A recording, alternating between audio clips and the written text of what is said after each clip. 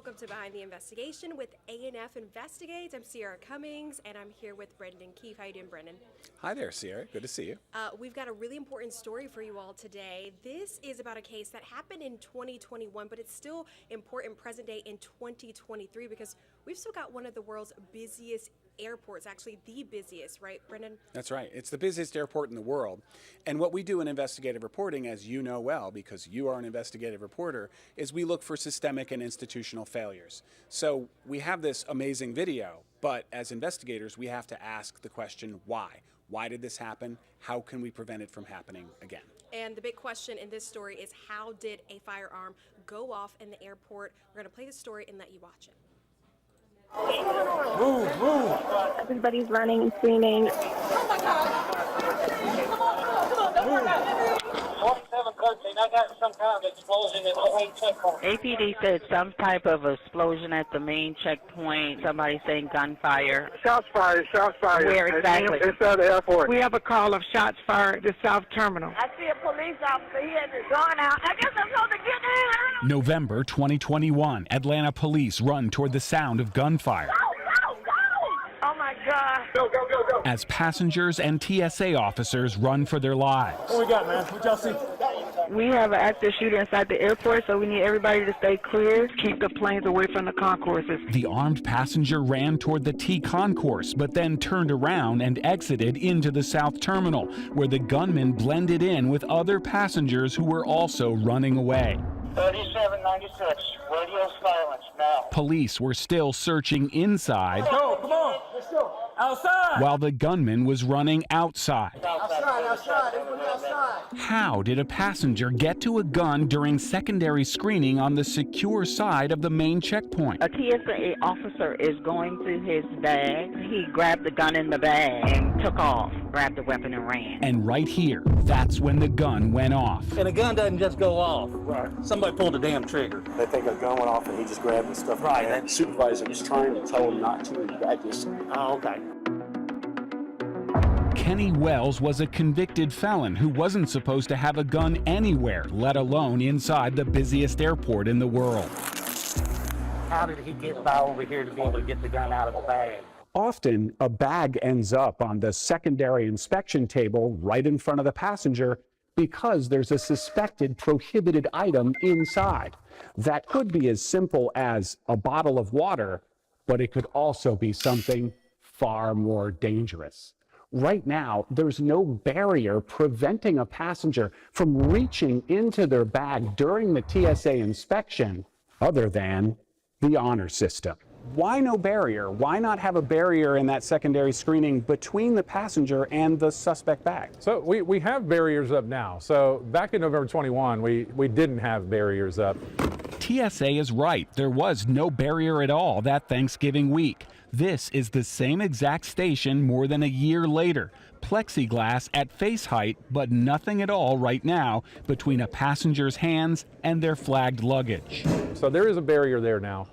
We don't have it completely closed off. Those barriers are for COVID, not to prevent access to the bag. No, but it does give us the added benefit of providing separation.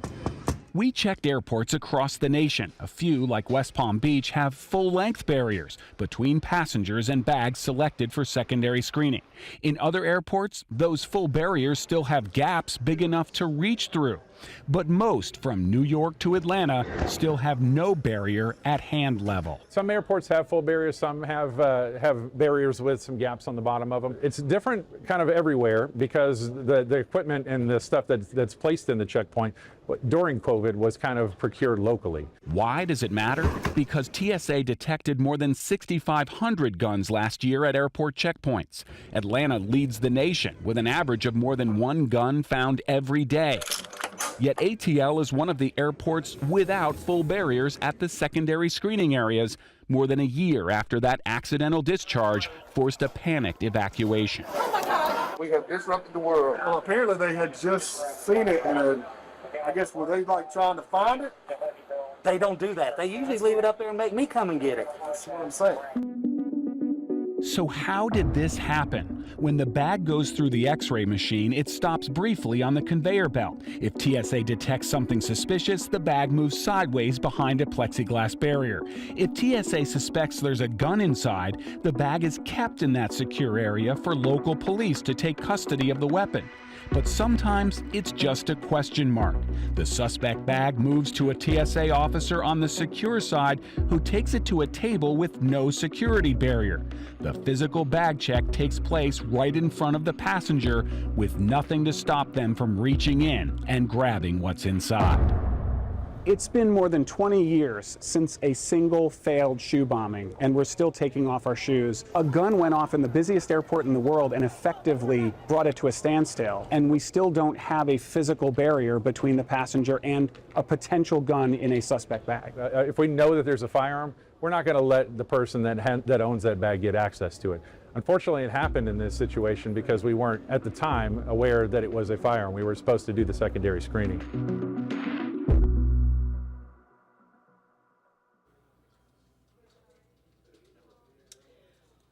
Wow, Brendan, what really made this investigation so compelling to me was the video. You didn't even have maybe people going to the airport to interview and talk about that day. The video did all the interviewing for you. I mean, it was horrible. People were running frantically.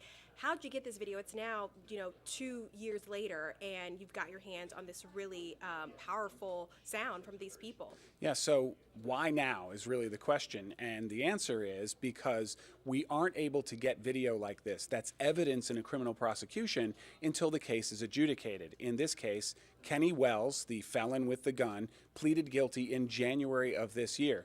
The moment he pleaded guilty under the Georgia Open Records Act, that police body camera and the airport surveillance video becomes public record. I immediately requested it after checking the case month after month after month for over a year. Finally, that request could be filed. People requested, by the way, the video the day it happened. I mean, everyone called the Atlanta Police Department from every TV station in America, or at least, every major network and local station here in Atlanta, and requested that video. And of course, the answer is, sorry, you can't have it. It's an open criminal case. Once that criminal case is disposed of, the video becomes public record. It is a lesson in investigative reporting. I mean, this is behind the investigation. This is what we do. Yeah. We have all these irons in the fire that we're constantly tending to. Sometimes I call it a garden of stories. Some are seeds, some are seedlings, some are ready to harvest. This was a seedling I planted the day of the shooting and said, I'm going to keep an eye on this, check on the court case. The minute it's adjudicated, we can get the video, and that's how we got it. But you raise a good point about why now. You talked about it in that story. Yeah, they have the dividers, which came about because of COVID, but even now the dividers that they have, they don't go all the way down. I was just in the airport traveling a couple weeks ago, and they flagged something in my bag. It ended up being hairspray. And she's checking my bag, and she's looking, and I reach across to kind of grab it, and she's like, whoa, you can't do that. So really it just speaks to the barrier not doing a whole lot. Yeah, I mean, it really is the honor system. I know probably the TSA doesn't like me saying that, but when we interviewed the TSA, they said, oh no, if it's a gun in the bag, we don't send it down to that secondary screening area. I said, but you did. So they said, oh, well, that was an unusual situation. In reality, what it is just what we said in the story, that when they know it's a gun, they keep it for law enforcement to recover the gun. But when they think it might be a gun, but it could also be something else, it gets sent to the secondary screening area, which is what happened in this case. It wasn't definitive. Look, the whole point of the secondary bag check isn't some cursory check. Sometimes it might be that bottle of water, but it also could be someone hiding plastic explosives in a bottle of water, which is why they have the secondary check. What is frightening, and I didn't bring up in the story, is that what if this were a terrorist? What if this was someone planning to do harm? That man was able to run through the airport with a gun.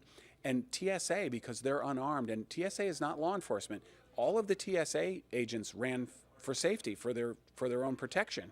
One or two police officers ran towards the danger. Everybody did a good job here. Nobody's criticizing what they did, but it shows you that in the panic, a gunman can retrieve the firearm and run toward the airplanes, which is exactly what happened here. It's just that he chose to do a U-turn before he got to the concourse. One question we had, and I know a lot of people likely have, is where the case stands right now. So that person who was a convicted felon, who shouldn't have had the gun in the first place, he's already been convicted, right? And he's waiting for sentencing? That's right. So he essentially entered into a plea deal. Originally, these were state charges in Clayton County. The federal government took over, and because he was a convicted felon and not allowed to possess a firearm, that was one of the charges. He pleaded guilty to that, possession of a firearm by a convicted felon, and the government agreed, the federal government, to throw out all the other charges, including trying to board an airplane with a firearm. That was one of the charges there because they had a boarding pass for his Delta flight. He left the boarding pass, which is why they were able to find him. In one of those shots, you can see the boarding pass. That's how they knew who the gunman was. He threw the gun in the trash. That's why we had that picture of the gun in a trash can where it was recovered. He pleaded guilty to just possessing that firearm. He is looking at 10 years. That was the agreed upon sentence in the plea agreement. Both the defendant, Kenny Wells, and the government agreed to 10 years in federal prison. And that will be decided by a federal judge. The federal judge can overrule that. He can give him less or he can give him more. It's just a sort of agreed upon suggestion to the judge, and that's going to happen in May. Got it. And that case happened in, the situation happened in 2021. Fast forward, we're in 2023. What's the airport's response in all of this? Are they kind of going to figure out if they're going to do longer barriers? Where does everything stand, especially after this story that ran this week? It's a good question, Sierra. We asked the airport, Atlanta, or Hartsfield-Jackson Atlanta International Airport, to participate in the story. They said, nope, this is a TSA question. We don't have anything to do with it, which is a little bit odd because the airport does actually use city funds to pay for things like those micro barrier containers that they use to put baggage in and things like that to upgrade the X-ray system. They do supplement TSA's equipment purchases there, so it's a little bit odd they don't have more say in it. The TSA does say that they're going to, or they did a pilot program that they may restart. Interestingly, they did put up full barriers in that exact security lane as a pilot program, but when they were doing a reconstruction program funded by the airport, they chose to take it down. So right now, there are no full barriers at the busiest airport in the world, and they didn't seem all that keen on putting them in. The partial barriers aren't even bulletproof. They're just COVID barriers, so they're not going to stop a bullet. They technically would stop someone from reaching into the bag, but as you saw in other airports, even when they had full barriers, we were able to reach around them. So really, other than the honor system, there's nothing to stop a terrorist or a bad actor from doing exactly the same thing that Kenny Wells was able to do a year and a half ago.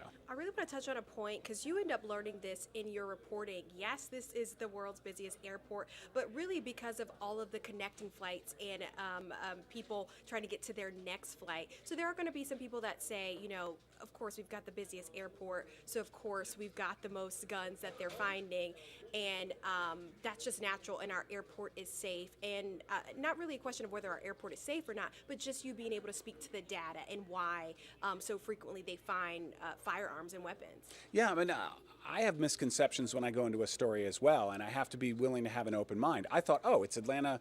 Atlanta's airport's the busiest in the world. Of course it's going to have the most guns detected by TSA. But it turns out that it's about double the national average that they've recovered there. And what TSA explained to me is that even though it's the #1 passenger airport in the world, it is somewhere around #4 in the U.S. for people going through TSA because most people are changing planes from other cities. So all those people you see in the A, B, C, D, E, F concourses, most of those people didn't go through the TSA checkpoint in Atlanta. What's interesting, though, is that TSA says they are seeing a higher number of forgotten guns left in carry-on bags in states that have either easier concealed carry license or constitutional carry, as it's called, which is permitless carry. Georgia has that. Other states have that now. They're seeing a big spike, by the way, at the airport in Nashville, since Nashville changed its concealed carry law to allow to make it easier to carry a gun. People always say, almost without exception, "Oh, I forgot the gun in the bag," but even a felon is going to say that. Maybe they were trying to get the gun on the plane. We don't know. But the TSA thinks this is more a problem of sort of absent-mindedness rather than a real threat to aviation security. But we're talking about a gun a day on average at Atlanta's airport. That was a startling figure to me. 440 some odd guns were detected last year, 2022, in Atlanta alone. So that's more than a gun a day. This is literally routine for the TSA now. which actually begs the question even more, why don't they have a barrier if this is something they see all the time? This wasn't an anomaly. It's actually something they see all the time. That's a case we're certainly going to be following. Excellent work. And if you'd like to get in touch with Brendan, we're going to link all his information on WANF.com. Thanks so much, Brendan.